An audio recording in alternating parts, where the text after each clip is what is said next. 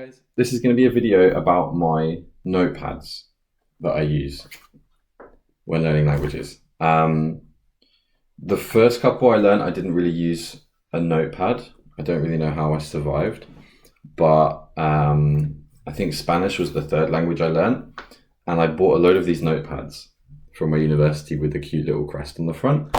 I put a flag on it, and ever since I've been using them, every time I use one, I use them in a slightly different way. So you can kind of see the progression in me knowing how to learn a language efficiently. Yes, so unfortunately, I've run out of these Newcastle Uni ones. So I've just started Polish and I've bought this big black boring one from Sainsbury's. But we're going to take a look inside. And I'm especially going to show what I do before I even go to classes.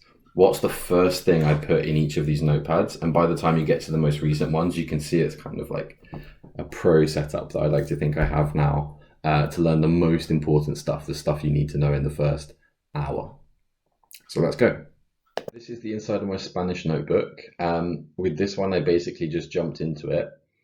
I'm going to make another video, which I'll link above, about what I do in class and what it is that I'm noting down all the time once I get started. But yeah, this was a long time ago. You can see that I just started writing tons and tons of stuff down. Something that I find really cute about this notepad is that I was taking it seriously enough to go back over my notes and highlight stuff all the time. Probably especially when I arrived in Spain and was worrying about my Spanish. So the idea was I would go back through and everything which I didn't yet know, I would highlight. So when I looked over the first dozen pages, a lot of it I already knew. It had come up a lot in practice. And so there's no point reading a word that you've heard 10 times in class and are confident with. So I just found all the ones that were still a problem, highlighted those and focused on those. And then in the inside cover, I've made a list of key non-cognate verbs. That means verbs that are super important and verbs which are not cognate, i.e. not the same as, like, I think at that time I'd already learned some Italian. So if it was the same as Italian, didn't worry about it.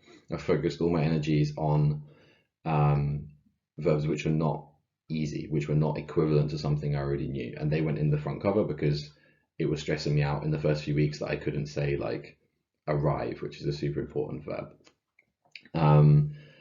After Spanish, I've got Italian. What I really like about the opening of my Italian book is it started to get some structure. I've put key verbs like be and have in the start, but you can also tell that I was on my way or about to go to my first ever Italian class. And I was thinking, oh my God, how do I introduce myself? They're going to bombard me with questions. So I've written, mi chiamo George, ho 24 anni. Oh, I was 24. And I've basically thought all the basic things I need to say about myself when the teacher grills me. And I've written them all out on the first page just to sort of boost my confidence going into a course, which I think is a good idea, especially if, like, I tend to miss levels. So I'll go from level 1 to 3 and then from level 3 to level 5. And when I go in, I feel like I need to reassure myself that I know what I'm doing.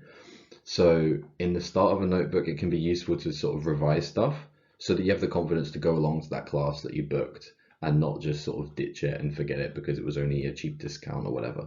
So I got myself to class and it turned out I could say a decent number of things, but it's still not that pro.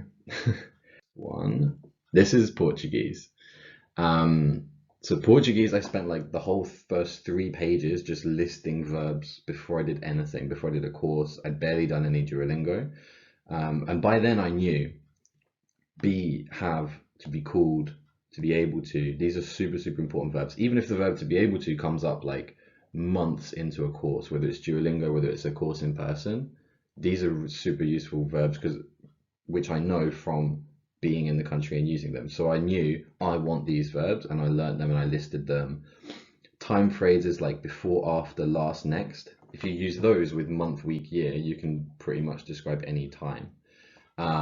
It is and there is. I didn't wait years to be taught the future tense or the past tenses. I just took it is and there is and put them into like 4 tenses because I know that saying there's going to be or it was or it used to be is just really useful. So I got all those written down. I wrote down the days of the week, which are horrific in Portuguese. They don't have names. They just call Monday second day, Tuesday third day, start on Sunday because they're Catholic.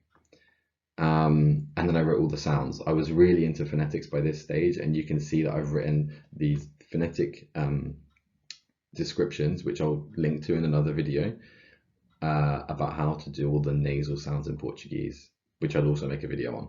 So I was obsessed with pronouncing it right from day one.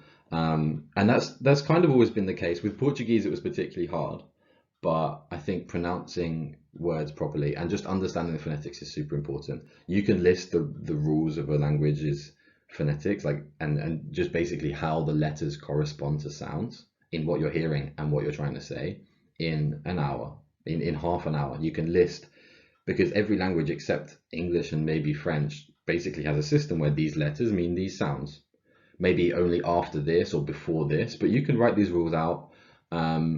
You don't need to have been going to class for ages to be confident saying, yeah, that word with that letter is going to sound like this, and just predict things.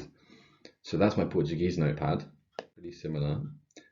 Polish. Okay, so Polish got really serious because Polish has cases. I will make a video about cases. But basically, a word can have like 30 different endings according to whether it's masculine, feminine, neuter, whether it's the subject of the sentence, whether it's the object of the sentence, whether it's coming after the word with, coming after the word of. You have to learn a million endings just for one word. So I've got all them in the back, color coded.